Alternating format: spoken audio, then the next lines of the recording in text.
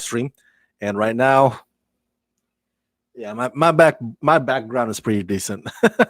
I was kind of worried like there might be, I don't know, socks or some dirty underwears in the background. But anyway, um, I'm here to talk to you about tonight's pilot episode of HBO's new series Euphoria. Excuse me. Now I don't know if HBO intended this to be, if they intended this to be just a limited series, that there won't be any other subsequent seasons after this. Um, but there are only 8 episodes for this one, for Euphoria.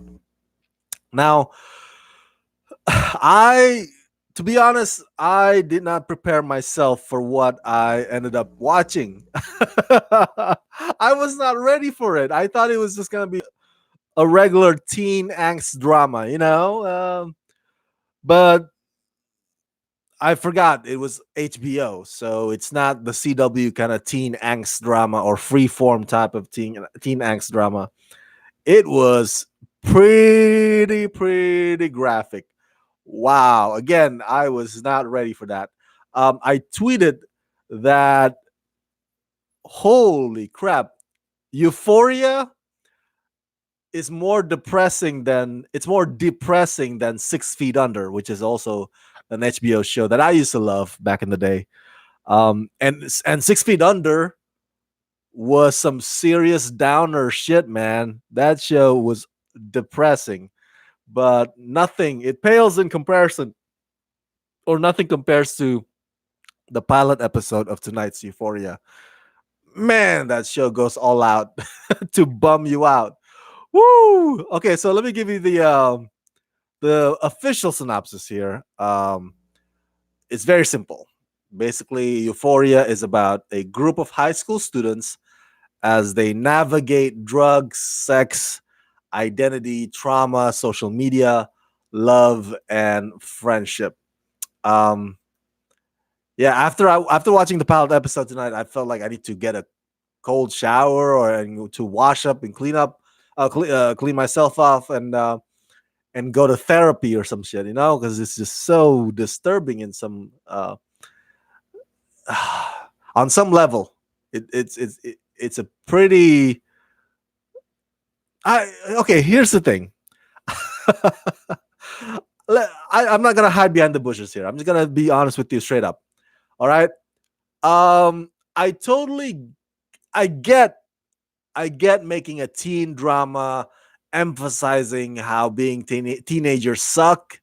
How trying to fit in kind of sucks.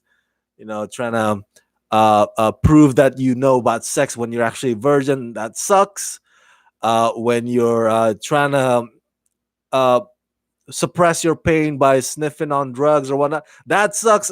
I get it. The life of a teenager can be overwhelming to some. I was a teenager once. You were a teenager once, and we've been there before.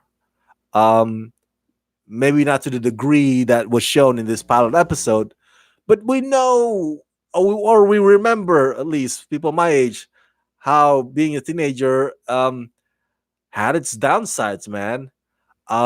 So we get it. It's not all like sunshine and rainbow, like Saved by the Bells or any of the other Disney Channel shows or the CW shows.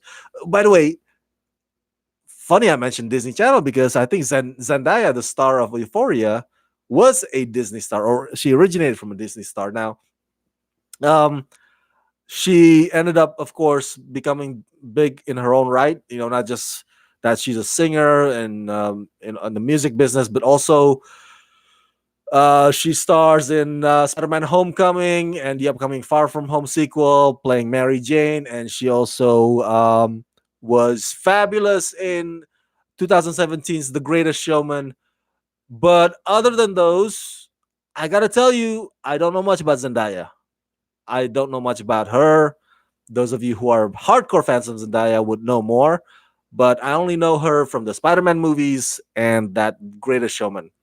So now in this Euphoria, I get to see how she does acting wise, um, not necessarily like the Greatest Showman or Spider-Man Homecoming acting, because that one, those movies are like, there are other elements that kind of take the front seat, um, as opposed to her. Whereas this one in Euphoria, she's the lead, and her character, I believe her name is, let me get it, Rue Bennett. Man, she goes through a lot. Holy crap! She's an addict. She she's cynical, and she's not obedient to the parents. She's rebellious. Oh my god, this is like, this is this is Zendaya, not the Zendaya that you, some of you may have known or grew up watching on Disney, whatever, Disney Channel, right? This is Zendaya trying to show us, the audience, that she could play a more uh, gritty, more serious, more dark kind of role. So now I get to see, for somebody like me who doesn't know much about Zendaya other than The Greatest Showman and Spider-Man Homecoming.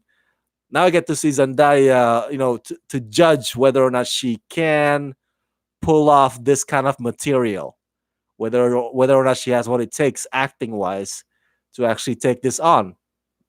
And hey, Robert, how's it going, buddy? Robert Nakayama is in the house, one of Rama Screen supporters, Rama Screen patrons. Thank you so much, Robert, for your support. Um, so I'll get to you. I'll get back to you on whether or not I think she does well in this role. All right, I'm gonna save that for last.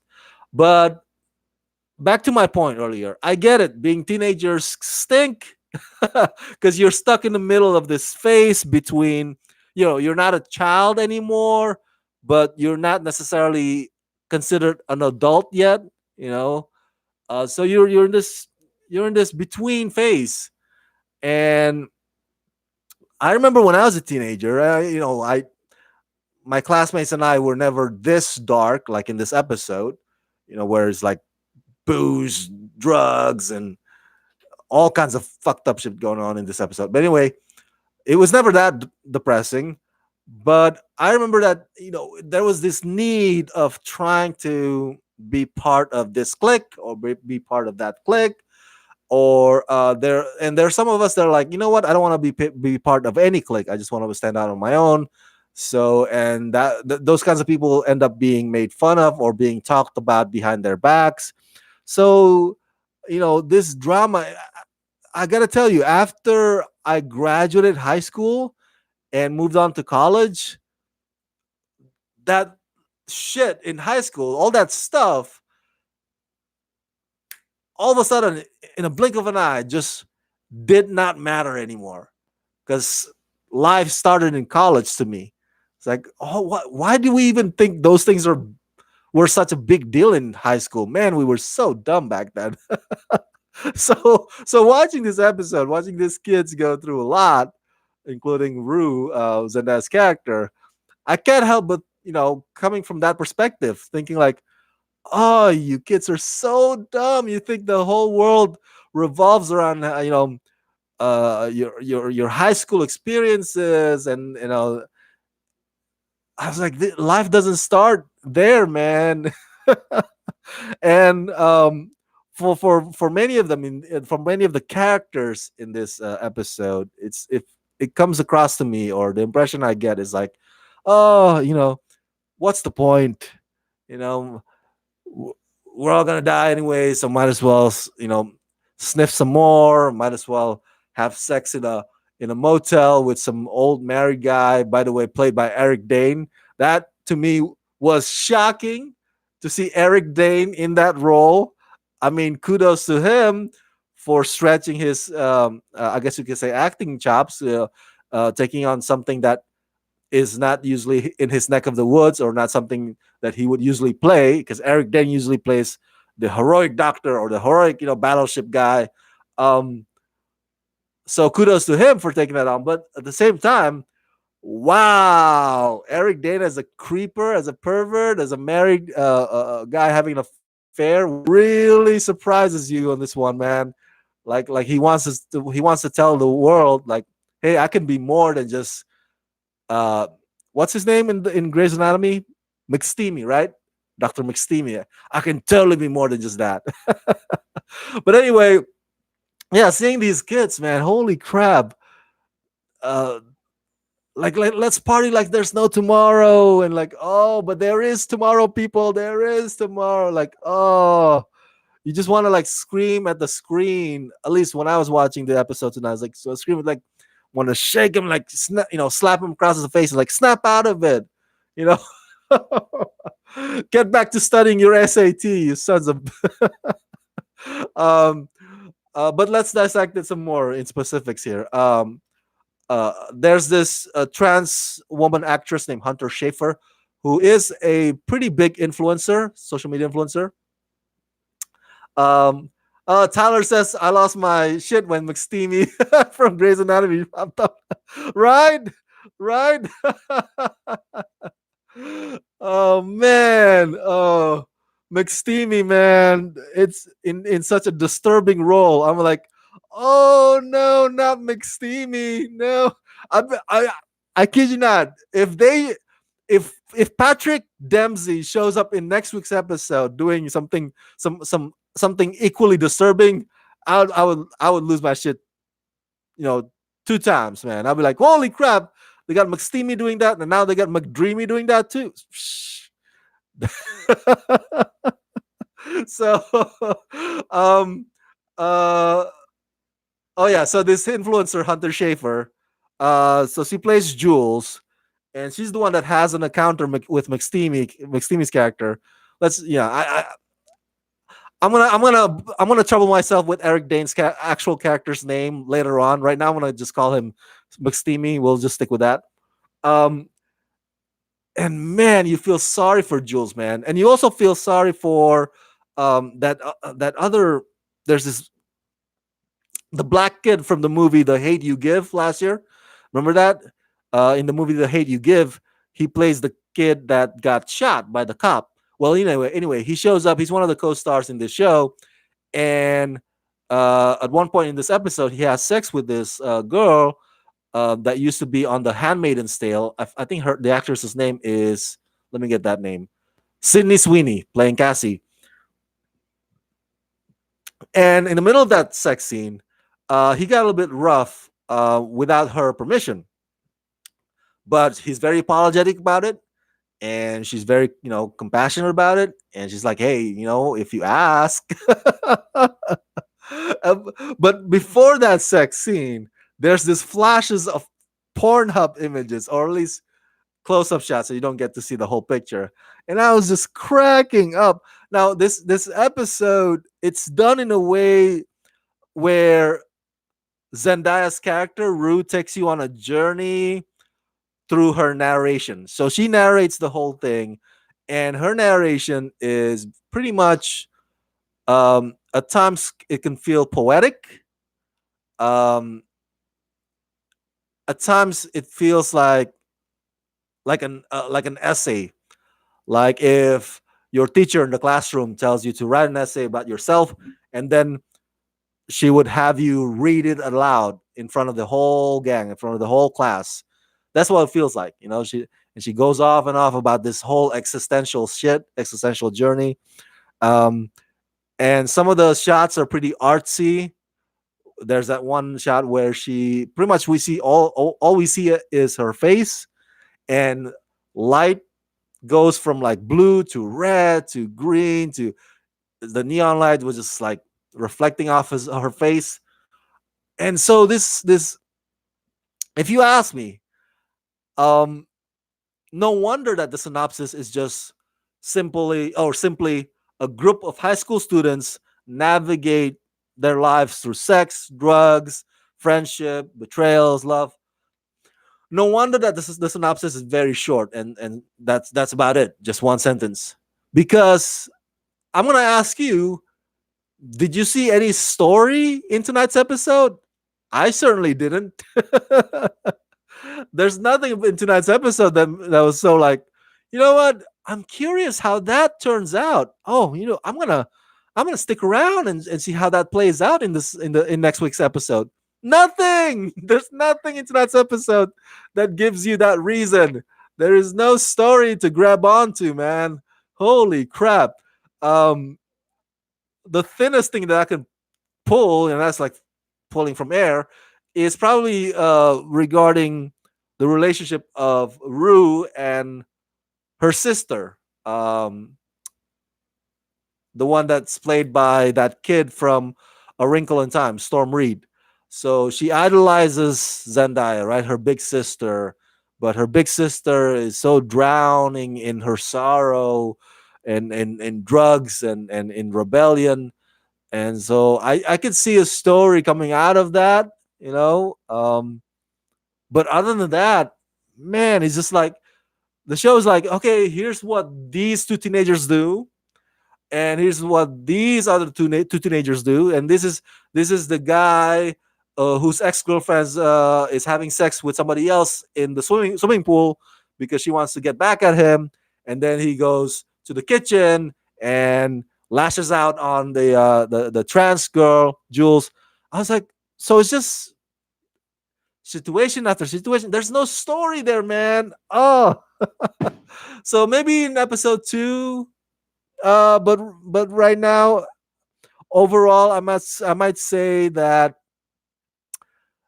it's Euphoria is just a compilation of everything that's stereotypical about teen angst. Like if you have a picture of teen angst that you either experience when you're teenagers or you get it off of movies or TV shows, the typical stuff. Oh, well, Euphoria amplifies that. It's like it goes balls to the walls to give you teenagers at their most unhappy state. There's no better way of describing it. But there are some interesting shots in this film. I mean, a film episode. I'm not gonna lie to you. Just like that, the one I mentioned earlier with her face glowing with different colors. Another one also when Rue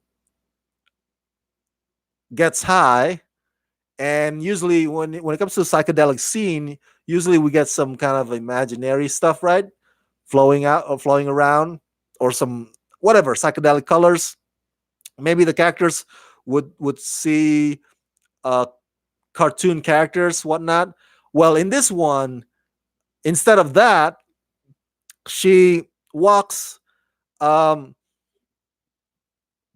she walks on the wall, and she goes around uh like she's the Spider-Man now. Zendaya is the Spider-Man now. And I like that trick.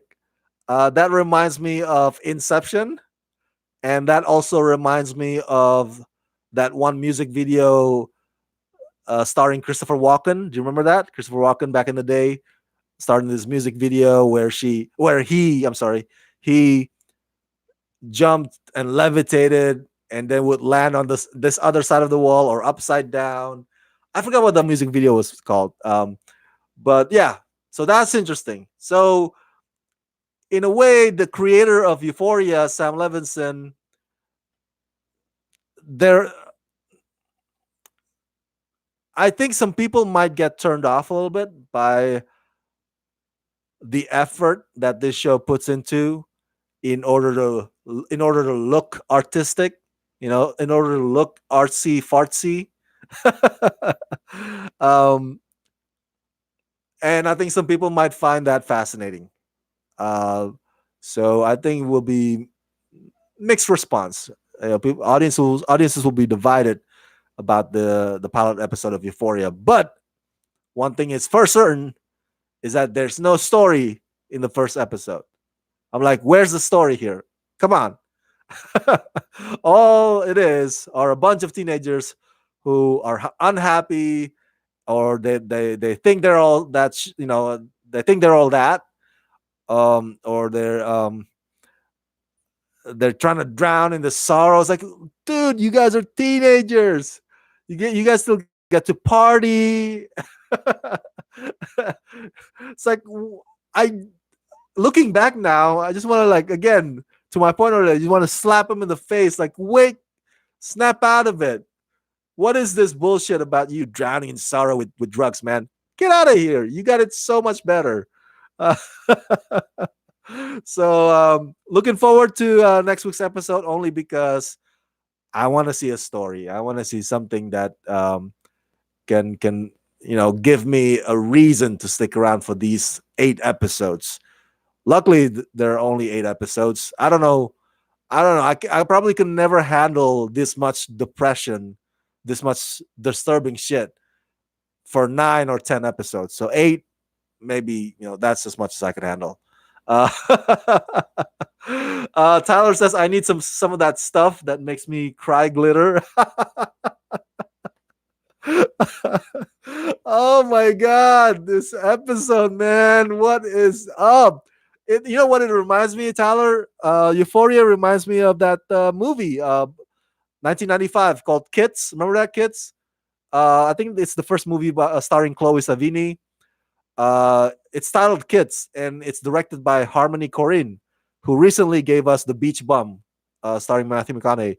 Go watch Kids. It's similar to this, just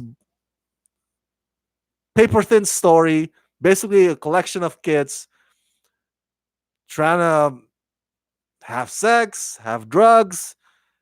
Some of them bully each other, some of them make fun of each other. That's basically what Euphoria is, an amplified version of 1995 movie Kids. So I'm not fully impressed yet, other than a few of those artsy, fartsy stuff.